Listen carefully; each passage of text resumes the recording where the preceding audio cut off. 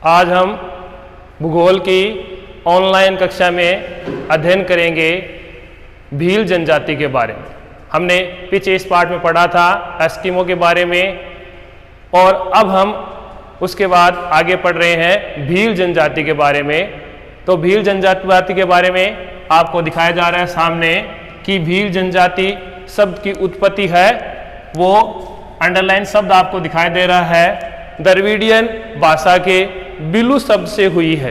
Dravidian भाषा के बिलु शब्द से हुई है जिसका अर्थ है तीरंदाज। भीलों को तीरंदाज कहा जाता है। भीलों की उत्पत्ति है वो महादेव के पुत्र महादेव यानी शिव के पुत्र निषाद से हुई है। अब हम इनमें लेते हैं आगे रंगरूप। रंगरूप में ये नाटे कद के होते हैं, ये बोने कद के होते हैं। रंग काला, नाक चौड़ी होती है, आंखें लाल, बाल रूखे व जबड़ा बाहर निकला हुआ होता है। शरीर सुगठित व सुडौल होता है। ये लोग परिश्रमी और ईमानदार होते हैं। ये चोरी को धार्मिक पाप मानते हैं, यानी अपने लिए कभी भी चोरी नहीं करते।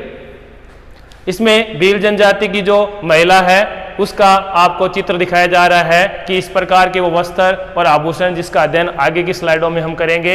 अब है कि भील जनजाति के जो लोग हैं वो विश्व में और भारत में कहाँ कहाँ निवास करते हैं। तो देखो, भील दुर्गम और निर्जन जैसे अरावली क्षेत्र है, अपने पहाड़ी क्षेत्र है, इन क्षेत्रों में अधिकांश भील निवास करते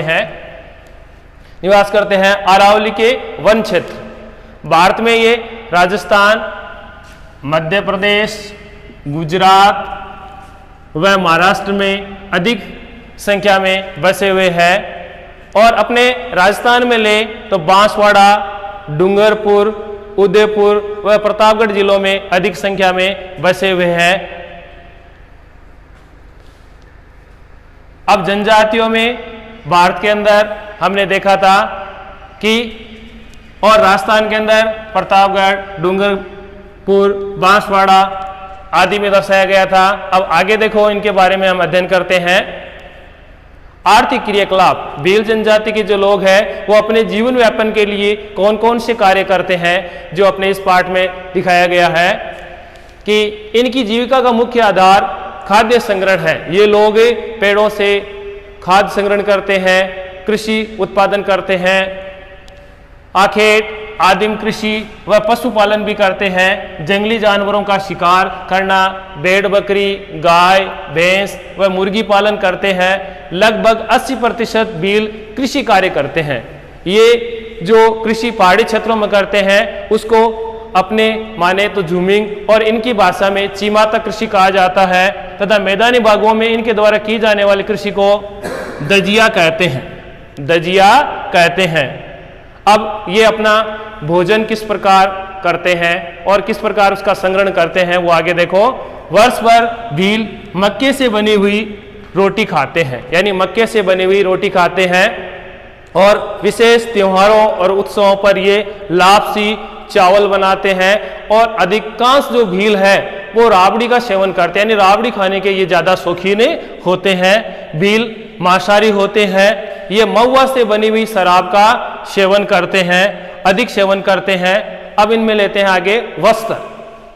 तो वस्त्रों में ये भील जो जनजाति है वो पहले तो अधिकांश कम ही वस्त्र पहनती थी, लेकिन अब जैसे जैसे समय में परिवर्तन आया इन्होंने कमीज, धोती, साफा, पैंट ये पुरुषों ने पहनना शुरू कर दिया है। स्त्रियां घाघरा, कांचली व लुगड़ी पहनती है। अब ये अपने घरों में किस प्रकार निवास बनाते हैं, किस प्रकार ये रहते हैं। इनके घर प्रकीर्ण प्रकार के होते हैं, यानी दूर दूर प्रकृति में बसे हुए होते हैं। इनके घरों की दीवारें मिट्टी, पत्थर व बांस की भी बनी हुई होती है और इनकी छतें जो है वो खपरेल से बनी हुई होती है। वर्तमान में ये जो भील जनजाति है इनके कई जो लोग हैं वो पक्के मकानों में भी रहने लगे हैं। भील जनजाति का आवास इसमें हमें दिखाई दे रहा है कि छत है वो खपरेल से बनी हुई है, इनकी दीवारें हैं वो घास फूस व बांस से बनी हुई है। अब ये लोग किस प्रकार रहते हैं ये दर्शाया जा रहा है कि इनकी समाज और संस्कृति कैसी है। तो भील अनेक पितृसत्तात्मक कुलों में संगठित है, यानी अलग अलग जो भील जाति में बट जाते हैं, अलग अलग अपने गोत्र के हिसाब से अलग अलग निवास स्थानों में ये रहते हैं और इनकी अलग अलग संस्कृति होती है। इनमें बहुपत्नी प्रथा पाई जाती है, यानी एक भील है वो अनेक शादियां कर सकता है। ये अपनी सूरवीरता और अपनी महानता से किसी भी स्त्री को उठाकर ला सकते हैं, जिसको स्वयंवर का नाम दिया जाता है। जो शक्तिशाली होता है वो किसी भी स्त्री को उठाकर ला सकता है और अपनी पत्नी बना सकता है। ये भूत प्रेतों में विश्वास करते हैं। ये प्रकृति के प्रेमी होने की वजह से ये प्रकृति की पूजा करते हैं और अंधविश्वासी होते हैं, जिसकी वजह से भूत प्रेतों में विश्वास करते हैं। और इनके नृत्यों में घूमर व गैर भीलों के प्रमुख नृत्य हैं। घूमर और गैर ये शिव को अपना आराध्य देव मानते हैं। फायरे फायरे इनका रणघोष है और शिव अम्बाबाड़ी में भीलों का सबसे बड़ा बाणेश्वर मेला भी लगता है। आधुनिक संस्कृति के संपर्क में आने की वजह से आज हम देख रहे हैं भीलों में अमूल चमूल परिवर्तन आ गए हैं। आधुनिक संस्कृति के संपर्क में आने से ये चतुर और चालाक बन गए हैं, यानी ये आधुनिक समय के साथ साथ अपने आप को बदल लेते हैं। सरकार कुटीर उद्योग व वनों पर आधारित कृषि को बढ़ावा देकर इनकी सहायता कर रही है, यानी सरकार इनके लिए बहुत सारे ऐसे कार्य कर रही है जिससे ये जनजाति है वो अधिक से अधिक अपना विकास कर सके, अपने परिवर्तन कर सके। जैसे टाडा माडा और सहारिया जनजाति के हिसाब से भी इन भीलों को भी विशेष महत्व दिया जाता है। अब ये शहरों में रहने लगे हैं। अधिकांश जो भील पढ़ लिख गए हैं अब वो शहरों में रहने लगे हैं, शहरों में अपने मकान बनाने लगे हैं और अपने बच्चों को शिक्षा भी प्रदान करने लगे हैं, जिससे इनकी जीवन शैली है उसमें परिवर्तन, अमूल चमूल परिवर्तन आ गया है।